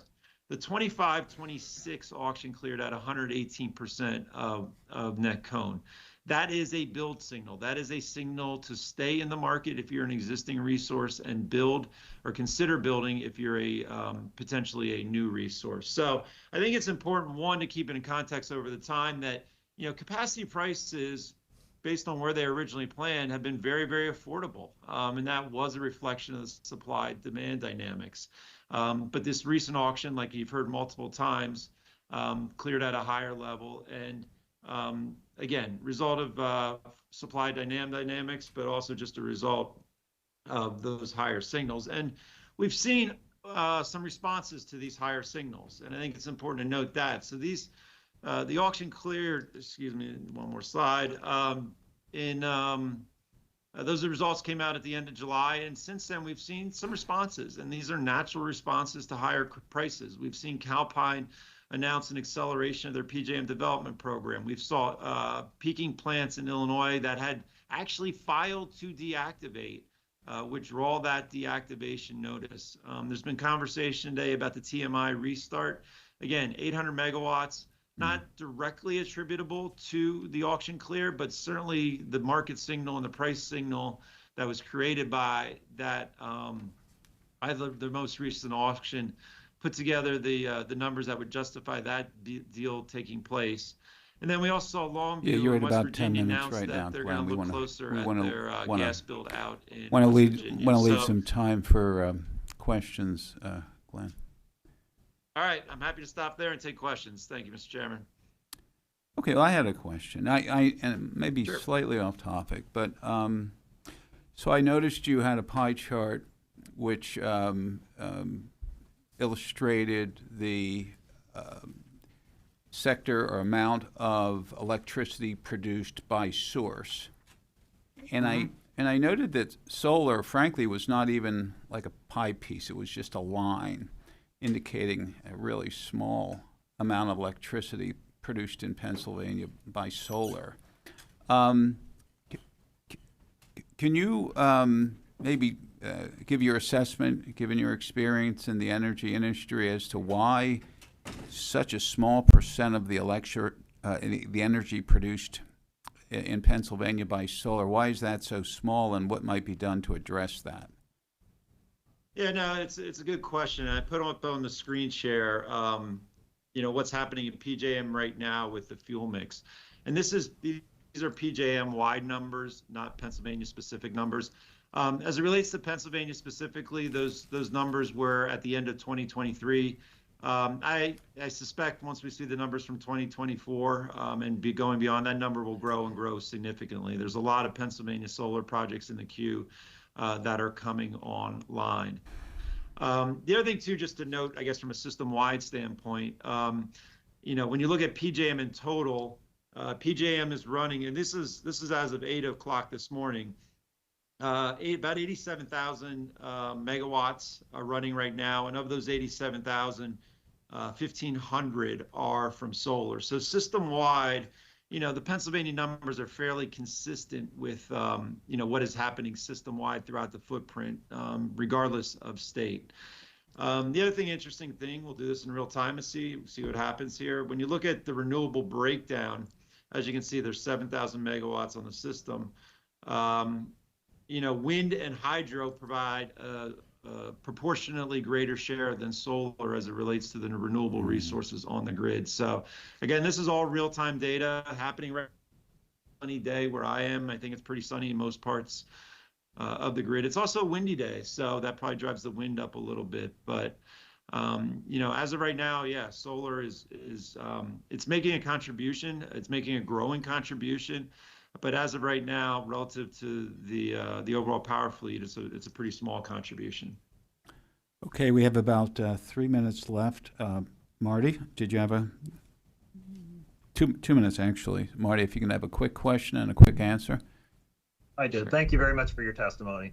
I found it really interesting, the map that you put up showing the states and how much generation was coming from each state. I guess my question is, how can we make sure that power producing states like Pennsylvania are heard loud and clear at PJM versus other states that actually produce substantially less? Yeah, no, it's an excellent question, Mr. Chairman, and yeah, PJM's on the phone on this hearing. I think it's important to communicate Pennsylvania's views loudly and frequently to PJM management and board members. Senator Yall went down last summer, spoke to the PJM board about some issues that were of concern to him. Governor Shapiro, as Sam mentioned, has communicated frequently with PJM, sent a couple letters in just recently. I think it's very important that Pennsylvania stand up for itself in PJM. And the other thing to note here is just, the diversity of market structures. As I mentioned, competition has been very successful in Pennsylvania.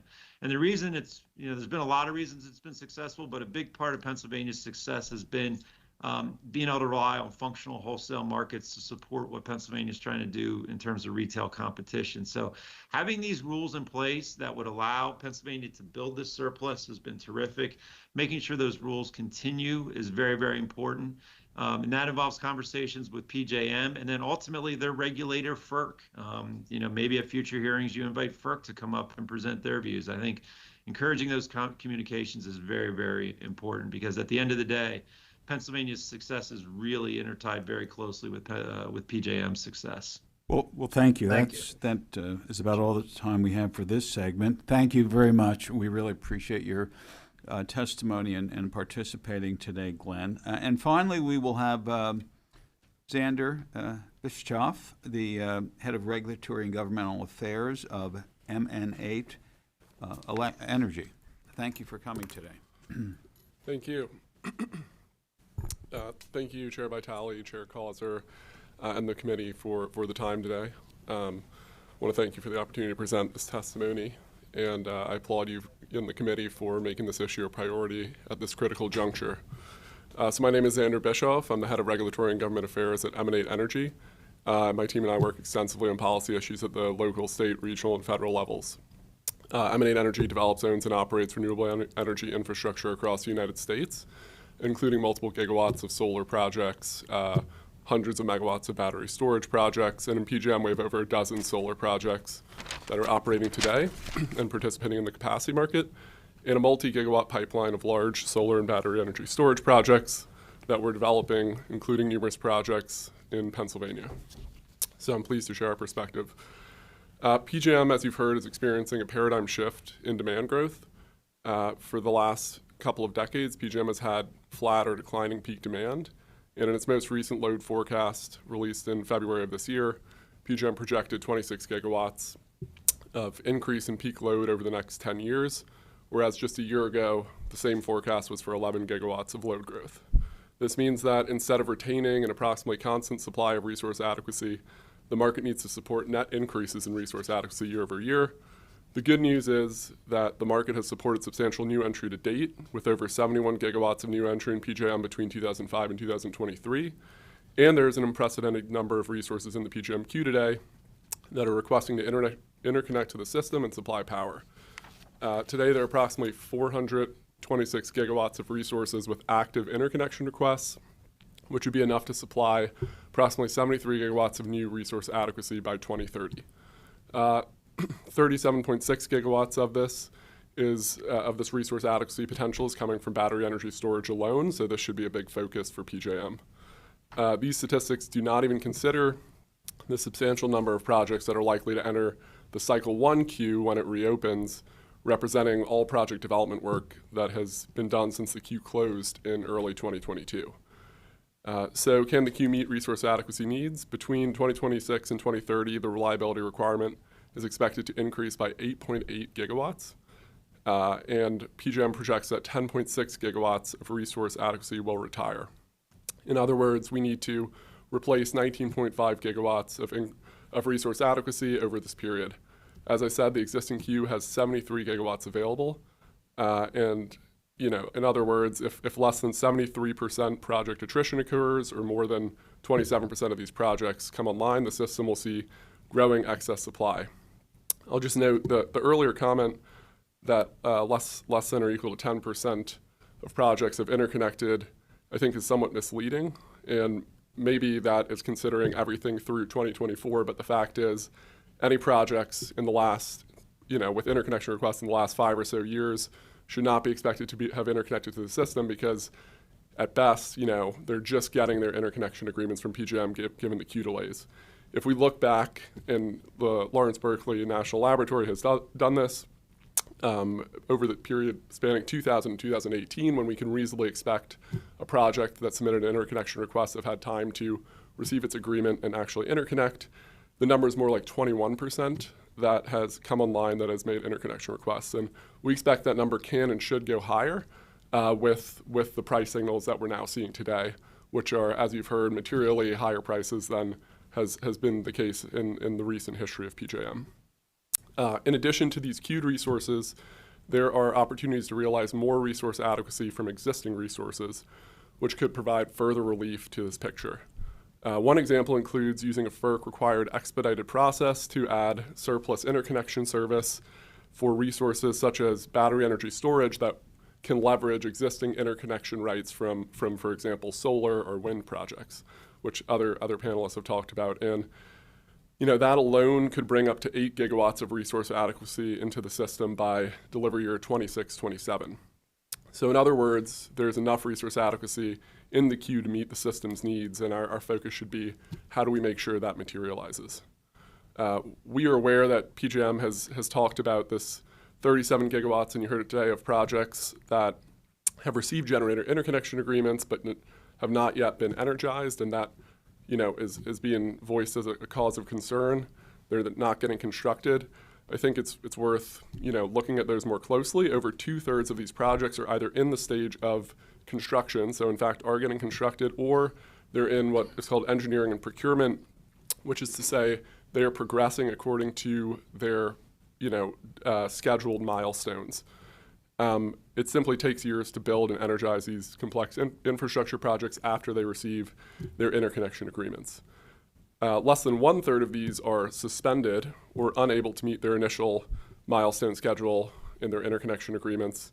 But most suspended projects that we are aware of are still proceeding in good faith and are expected to energize. They simply cannot meet the milestone dates for any number of reasons, including, for example, utility delays on constructing interconnection facilities that these projects need to connect to the system. Other suspensions have occurred because of widespread delays and uncertainty in the PJM interconnection process itself. You can imagine these projects request interconnection in 2018, 2019, have been waiting for interconnection agreements. The dates keep slipping. There's no way for the projects to spend on permitting, procurement, et cetera, in that environment. Fortunately, now with the transition, that environment is getting more predictable, and we expect this is not going to be an issue going forward in terms of suspensions. Indeed, PJM no longer allows suspensions for new projects. So as far as we can tell, the 37 gigawatt issue is really a 12 gigawatt question, and projects with interconnection agreements are proceeding with urgency. So we have a lot of confidence in the queue. If PJM continues to optimize contributions from existing projects and facilitates new entry from the queue, they should be able to maintain reliability with gigawatts to spare. Executing on this will require sending a consistent, predictable price signal. As you've heard from other market entrants, we don't want to change the rules dramatically outside of the stakeholder process. And also, optimizing the interconnection process to make sure we're interconnecting resources in a timely fashion. We're getting as much out of the system as we can, and we're expanding the system to meet the needs of the future. As you heard in the capacity auction before last, for delivery year 24-25, prices in the RTO region, which is to say kind of across most areas at PJM, cleared at around $29 per megawatt day. And it was not much higher in the prior 2 auctions. So this signaled to the market very clearly that PJM did not need capacity, and resulted in many deactivation notices over the last several years. There was an average of 7.4 gigawatts deactivating per year or retiring per year over 2018 to 2023. The latest price cleared at $270 per megawatt day, an 833% increase over the prior year's price. And if this is a new equilibrium, it's a very different signal to what the market needs in terms of capacity, and we should expect developers to respond to that. Indeed, as you just heard in the last presentation, Xander, you're at about 8 minutes right now. Okay, since the last auction, we've already seen deactivation notices being pulled down, new resources committing to enter, and so we should continue to see responses from the queue. I'll just quickly summarize, because I'm out of time, that we think PJM did a lot to improve its capacity market in earlier this year with a ruling it got from FERC. There are a few targeted reforms that we think can further enhance it, such as introducing a seasonal market. We also think they did a lot to improve their queue reform with a couple of years ago, and we're seeing a lot of benefits to that, but more is needed to make sure we can get as much as possible from the queue, which is, I think, the main reforms there being to allow for things like surplus interconnection service so that we can utilize existing rights more efficiently, get more from the grid we have today, as well as making sure that we're not over-requiring deliverability from these projects and are more in line with other transmission providers in that regard. Finally, transmission planning is key, I think, to Representative Webster's comment earlier. The representative to the right of Mr. Webster. We think that transmission planning is really key to meeting long-term demand, and that's a place where Pennsylvania can very effectively engage to encourage PJM to comply with FERC Order 1920 in such a way that makes sure we get the transmission expansion we need. Finally, I'll just quickly say the market is working, and it's critical that we do not tinker with it outside of a stakeholder process in such a way that could undermine the confidence of investors in the market and the ability to build new projects on the basis of the market signals. So I'll stop there. I want to thank you all again for having me today. Okay. I'll ask a question. You're a solar developer. And you saw the graphic about by the previous testifier as to what a small percent of the electricity produced in Pennsylvania comes from solar. Mm-hmm. And there was an assertion that, well, that was 2023. Things are getting better now. But what is your assessment of the ease of getting a solar project developed in Pennsylvania versus other states you've worked in? And what do you think can be done to improve and expand solar development in Pennsylvania? Good question. So I'll just say firstly, I think one of the reasons those numbers are so low is, solar economics have changed dramatically in the last decade plus. And solar today is the lowest cost form of new energy, but that was not true in 2015. So a lot of the solar interconnection requests that were put in occurred in the later part of the 2010s and, well into the 2020s. And because of interconnection queue delays at PJM, those simply have not had time to make it through the queue and construct. So I think you're going to see a wave of solar new entry in the next few years. And certainly when we look at solar economics, there's a very healthy appetite to procure solar energy from corporates across the PJM footprint, and all good projects, which is to say projects that have a permit, that have an interconnection agreement, that are sited, that get to that stage, have a willing buyer and are able to sell power and proceed and interconnect to the system. To your question, Pennsylvania does a lot of things well when it comes to encouraging new entry into the system. It has reasonable property tax policy, and generally has good land. There certainly is land constraints, and we're seeing it's hard to find new real estate in Pennsylvania to build new solar projects. So that's becoming a bottleneck. I'd also say permitting is very localized in Pennsylvania. And ultimately, getting the key discretionary permit from local authorities, getting zoning, can be a bottleneck, and that has certainly resulted in projects failing. Hope that answers your question. Okay. I think, look, we have time for possibly one question. Going once? Going twice? Well, thank you. Thank you very much for testifying. We really appreciate it. And thank you. Thank you. Thanks to all the presenters. It was a good hearing, good testifiers. Before we sign off, Marty, did you have any closing thoughts? No additional thoughts. Thank you. Okay. Nor do I. So thanks everybody for coming today. Appreciate your comments. Thought it was a very useful hearing. And with that, we're adjourned.